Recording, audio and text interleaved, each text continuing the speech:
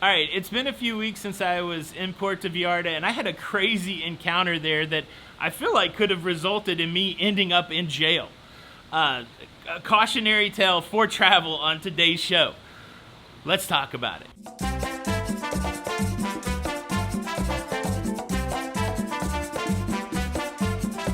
Hey, what's up, everybody? Welcome to Lido, Loca. I'm your host, Tony, here with some story time, some travel advice, some travel warnings about things that could happen to you at a cruise port. I'm going to talk to you specifically about three incidents. Two of them happened in Cartagena, Colombia, and the last one happened in Puerto Vallarta, Mexico. And the last one troubled me quite a lot. I've said this before, cruising is like the gateway to international travel. Some folks, they just go do international travel. They immerse themselves in the culture. They go stay in a place. That's how they do international travel. But for many of us, our entry point for international travel is cruising. And what's great about cruising is it removes a lot of the stress of international travel. You only have to navigate the foreign country for 6 to 8 hours at the most, and then you're back on a cruise ship where there's, where you know where to sleep and where you know where to get your food and go to the restroom, all that kind of stuff. And so I think that leaves many of us cruisers as less than savvy. And so let me just put some a framework around it, some guide rails. Just know that when you cruise to a foreign country, you are seen as the tourist, and you are also seen as a source of revenue, a source of money, a source of income, and maybe for some ne'er-do-wells, you're also seen as an easy target. And so you got to keep that in mind. When you get off the cruise ship, you have to be situationally aware, and you have to realize that when you're in a foreign country, the same way that when you're in a big city in the United States, that you're not back in, wherever you're from. And so what you know about where you're from is often different than what the reality is at some of these places that you're visiting. So let me tell you about a couple encounters that I had, and we'll see what we can draw from that. The first encounter is when I went to Cartagena, Colombia. I went on a bus tour that had 3 stops, and at every one of these locations where we stopped, there were street vendors like crazy, but they were mobile street vendors. And so the first stop that we went to in Cartagena was a traditional dance at a hotel. As soon as we got off the bus at the hotel, we were swarmed by folks selling hats and folks selling trinkets. And when I say swarmed, no respect for personal boundaries, right? And so you have to go into a scenario like that where you can give a hard no, where you can look somebody in the eye, give them a hard no, and then keep moving on. Because as soon as you stop, as soon as you pull out some money, if that's not even your intention, but as soon as the money is visible, not only is the one person that you're interacting with really locked into you, but multiple people would be locked into you. And so I'm not saying don't buy from the street vendor. I'm not saying don't give money to the people that come up to you, but be very cautious doing that. And also make sure that people respect your personal space, not in an aggressive way. Look, my challenge is this. I always want to make eye contact. I feel like making eye contact with another person is how we humanize each other. And so I'm very hesitant to look away, that kind of thing, because I just think it's not the way to be a human being by, averting your eyes. And so the challenge for me is I like to make eye contact, but eye contact often signals to the street vendor that you want to do business with them. So for me, I have to do eye contact with a healthy, let's keep distance, right? You have to be firm with your no. You have to keep moving to where you want to go, and all the while dealing with a level of aggression you're probably not used to when you're at home or when you are in other places. And so the aggressive street vendor, it's not, localized just to Colombia. Everywhere you go, everywhere that you go where street vendors know that there are tourists coming in with money, sometimes there's a level of aggression. Some ports are better than the others, but just remember, when you get off that cruise ship, there are people out there that want to separate you from your money because it's good for their lives, it's good for the economy, that kind of thing. So no shame on people that have their hustle on, that are trying to legitimately make some money by selling you something. The other thing about street vendors is the price is negotiable in most places.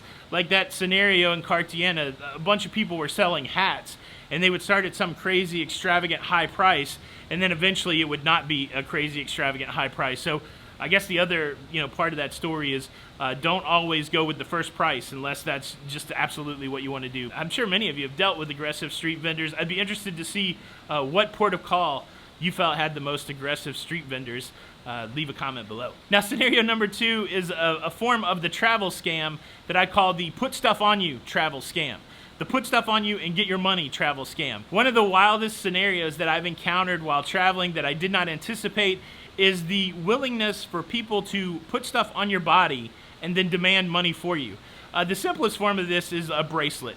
Somebody will come up and clasp a bracelet around your wrist without you even thinking about it, and then they want to demand money to take the bracelet off of you or to sell you the bracelet.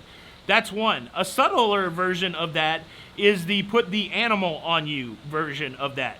So you see somebody with a macaw or a parakeet or an iguana or anything, a monkey, they'll put it right on you, and then, okay, now you got to pay money to get a picture made or for them to take it off of you because now you've had a animal encounter and you should pay for that. That happens. And then, again, back to Cartagena, the lady here with the fruit salad on her head, that fruit salad was removable, and the way that the put it on you scam works there, or the put it on you experience works there in Cartagena, is one of these ladies that's wearing fruit salad on their head, they will take the fruit salad off their head and they'll put it on your head so that you can get a picture made, and then you could also get a picture made with the fruit salad lady, and they want money for that. And oftentimes it's really without you engaging them and asking for it. It's just they walk up, let me put the fruit salad on your head, isn't this interesting, now you owe me money. So again, the put stuff on you scam is alive and well. In scam may be a hard word, the hustle, the grind, I don't know what you want to call it. Again, it's weird because, you know, we understand what it's like. We have our own hustle, our own grind, our own way that we want to make our things happen, and you know, sometimes people do that more aggressively than other people. And so again, how do we get through this without dehumanizing the people that are just trying to feed their family? There's some ne'er-do-wells out there, but what I notice most times in life, most people are basically good, and then there's some people that are really not good, but I think more people are good than not good. I don't know, maybe I'm too Pollyannic in that. But either way, be careful of people trying to put stuff on you at the cruise port while you're walking around, because you could be into giving away some money. Now, I do want to tell you about this scenario in Puerto Vallarta where I feel like I could have gotten in trouble with the law. But I want to tell you 2 more things. First, let's talk about street performers. If you are going to videotape a street performer, if somebody's out on the street doing their thing and you're going to stop and you're going to videotape that kind of thing, be prepared to give those folks a tip or keep moving. That's kind of the rule of the universe for street performers. You could say, well, if they, you know, didn't want people watching their stuff for free, they shouldn't be out on the street performing. That's a fair argument, but at the same time, you know the deal, and now I'm telling you the deal. These people are out there trying to do whatever performance they are on the street for money. Think of them as artists. Think of them as people that have a unique skill that you may have never seen before that they're going to show to you. If you're out there taking pictures of street performers or videos or something like that, and there's a hat there, just throw a couple bucks in. I mean, it's really not that hard, and it's really a nice way to support a creative person, to support an artist on the street, that kind of thing. I've seen it so many times where people have filmed the whole performance by a street performer, and then when the hat starts getting passed around, it's like, oh, what am I supposed to do now?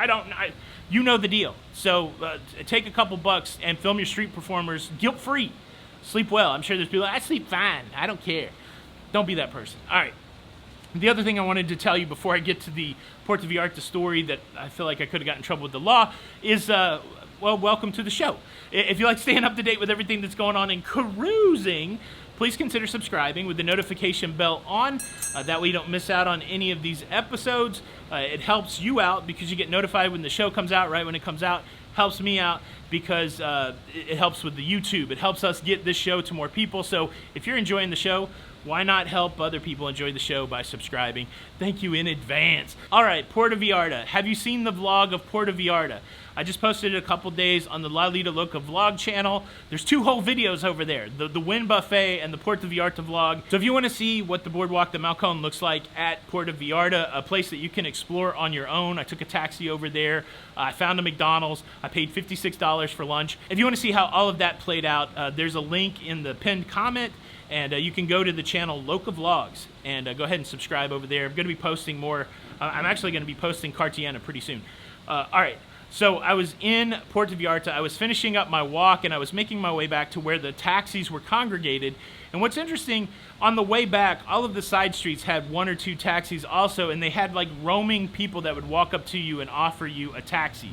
So I crossed several cross streets, and one of the last cross streets, this guy walked up to me and he said, "Hey, do you need a ride back to the cruise ship?" Now, I was leery of the side street taxi. I don't know why, but I was leery of the side street taxi. I was by myself. I'm like, I'm going to go to where I know the taxis are, and that's where, so I said, "No, thank you. I don't need a ride back to the cruise ship." And then the guy hits me with, "Well, would you like to go on a deep sea fishing tour?" And I was like, "No, thanks. I don't have time for a tour. I'm just going to finish exploring here. Appreciate you." Well, the guy wasn't done. He said, "Well, how about a woman? Do you want some time with a woman?" I was like, wow, I don't think I've ever been offered a woman at a cruise port. And I was like, "No, thank you. I have a woman. I don't need a woman. Appreciate it." I could not get away from this guy, but I'm fully engaged in the conversation. And then he goes on to, "Hey, man, how about some weed or some blow?" And I said, "No, thank you. I do not want any drugs." And he's like, "Come on, man, it's really inexpensive and it's a really good time." And I looked at him, sternly in the eyes like, "No, I do not want any drugs." And then I hightailed it out of there. I got into my cab and I went back to the cruise ship, and 1 of 2 things were happening there. The dude was legitimately going to sell me drugs, which I did not want a part of. And number 2, what if that was a way to get you in trouble with the law? And I've done some research on the internet, and apparently that is a thing. That they get you into some sort of enticing, drug scenario, and all of a sudden you think you're getting whatever you want for your party time. And what happens is, instead of that showing up, the local police show up demanding payment so you don't get in trouble. And so I don't know. Again, fortunately, it's not my disposition to get into that kind of trouble. Like, we all have vices, that kind of thing. That's not one of my things, for sure. Like, curiosity is killing me, though. What if I'd have said yes there? Would that have been a situation that of course I'm not going to go down that rabbit hole, but for the sake of knowing, I kind of wish I knew what happened if I chose the other adventure on the Choose Your Own Adventure in Puerto Vallarta. But there you go.